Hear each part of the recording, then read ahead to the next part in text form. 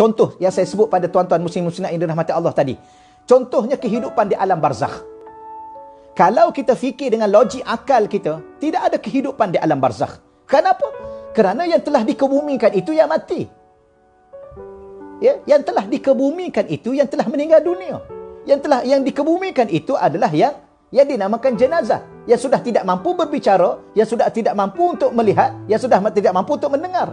Tiba-tiba diberitakan kepada kita bahawa di dalam alam barzakh itu ada kehidupan. Kehidupan di alam barzakh. Ada soal jawab, ada nikmat, ada alam barzakh yang dijadikan kuburnya. Alam barzakh itu dijadikan kuburnya taman-taman syurga, berada dalam nikmat. Ada kuburnya dinamakan lubang-lubang neraka, berada dalam azab. Ada yang tuan-tuan sekalian berada dalam kegelapan, ada yang berada dalam cahaya. Maka perkara-perkara begini kalau kita fikir dengan akal, ada sesuatu yang akal tidak mampu menerima. Kenapa? Tidak logik pada akal, tetapi hati mampu memahami.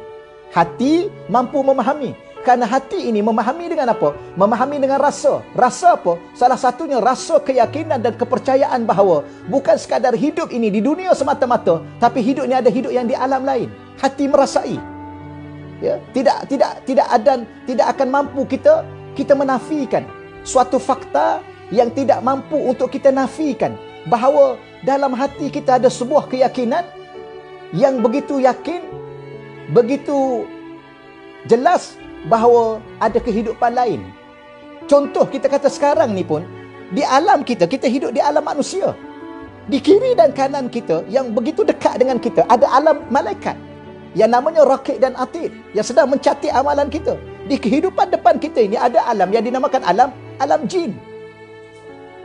Maka rupa-rupanya ada alam lain yang kita sendiri tidak mampu secara faktanya, tidak mampu menafikan dengan hati kita, ya, bahawa di sana ada alam lain.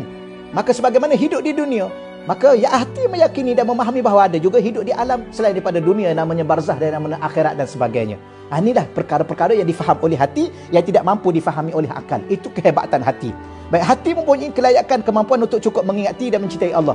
Dan nak banding dengan yang lain, mata boleh ingat Allah. Kita tengok langit dan bumi yang begini hebat. Ini adalah sudah tentu ciptaan, bukan ciptaan manusia. Mana mungkin manusia boleh cipta bumi, mana mungkin manusia boleh cipta langit. Sudah tentu di sana apa yang kita lihat langit dan bumi ini ada pencipta yang lebih hebat daripada manusia. Maka tidak ada lain yang kecuali kehebatan itu ialah yang dicipta oleh Tuhan yang Maha Pencipta yang namanya Allah. Kalau kita mendengar suara, kita bercakap dengan mulut, tapi nak bagi tahu bahawa ada kadang-kadang kita ingat kepada Allah dengan mulut, kadang-kadang mulut itu terhenti daripada mengingati Allah.